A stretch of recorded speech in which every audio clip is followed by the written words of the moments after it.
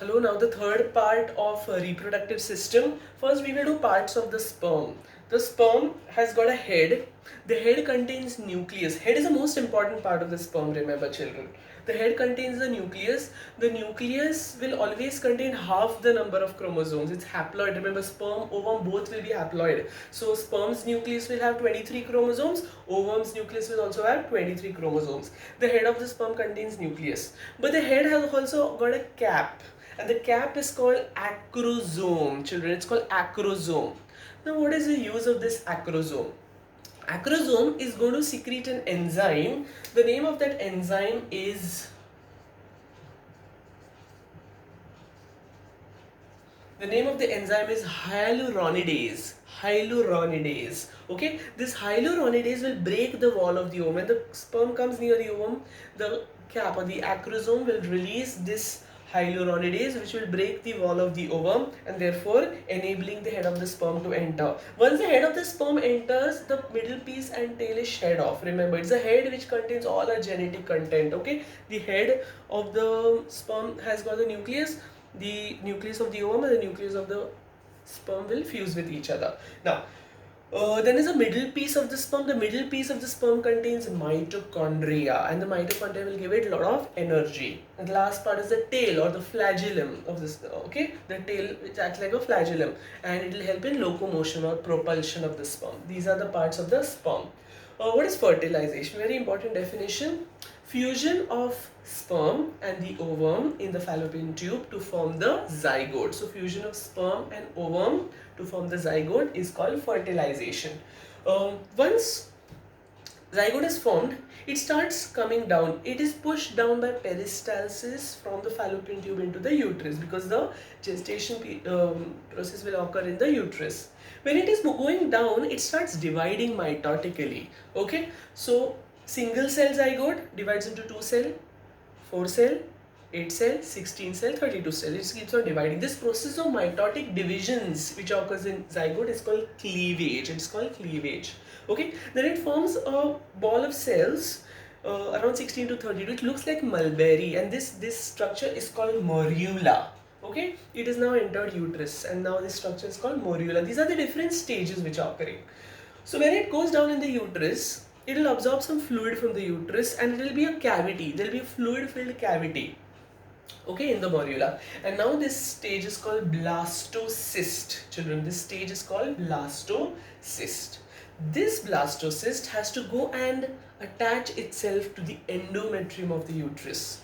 This process of attachment or fixing of the blastocyst to the endometrium of the uterus is called implantation. It is called implantation. So it implants. Okay. Now, what is embryo? Zygote is just a single cell structure. It divides for more and more cells. When it starts differentiating into tissues and organs, especially into tissues, okay, this stage is called embryo. Okay, it develops into germ layers, and those germ layers will form tissues and organs. This is called embryo. Okay, it does not look like a baby. It is just developing. Okay, it's forming its tissues and organs. When the stage where it starts having the look of a baby, okay, it's called fetus. It develops a head, limbs. That time it is called fetus. What is gestation? Important definition, children.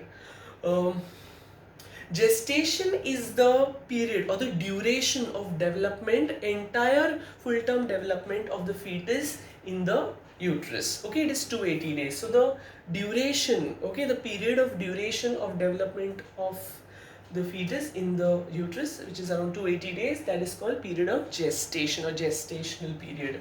Okay, now placenta. It is a disc-shaped structure, okay, present in the uterus, develops in the uterus, and it helps in transferring substances from the mother to the fetus and from fetus to the mother. The placenta is connected to the uterus by a cord which is called umbilical cord. Okay, umbilical cord. Now, what is transferred from mother to fetus? The placenta helps in transferring oxygen and nutrients from the mother's blood to the fetus. Remember, the blood of the mother and the fetus is not in direct contact because the blood pressure of the mother is comparatively higher than the fetus. Okay, so it's just diffusing nutrients and gases from the mother's blood to the fetus. What goes from fetus to the mother? carbon dioxide and wastes. So child is actually not breathing inside. Okay, it is respiring, but it is not breathing. It is not doing the act of breathing inside. Okay, so placenta helps in transfer of oxygen and nutrient from the mother to the fetus, and CO2 and wastes from the fetus to the mother. Amnion. There is a membrane which surrounds the fetus, which is inside the uterus. There's a membrane which is surrounding the fetus called amnion. It is going to secrete a fluid called amniotic fluid. Very important fluid, children. Why it's important? It acts as a shock absorber, does not allow shocks and jerks to damage the fetus. It allows restricted movement of the fetus. Okay, it allows even pressure around the fetus. So that is amniotic fluid. Now, parturition, the process of expulsion of fetus from the uterus through the vagina, it is called parturition, which we in general terms say delivery. Okay, this is called parturition. The biological word is parturition. It has 3 stages. Okay, first is cervical dilation. The cervix, which is narrow, widens. Okay, so that's the first step. Second step is the uterine muscles will contract and relax. Involuntary contractions of the uterus start under the influence of which hormone? Yes, you guessed it right. Oxytocin from posterior pituitary gland.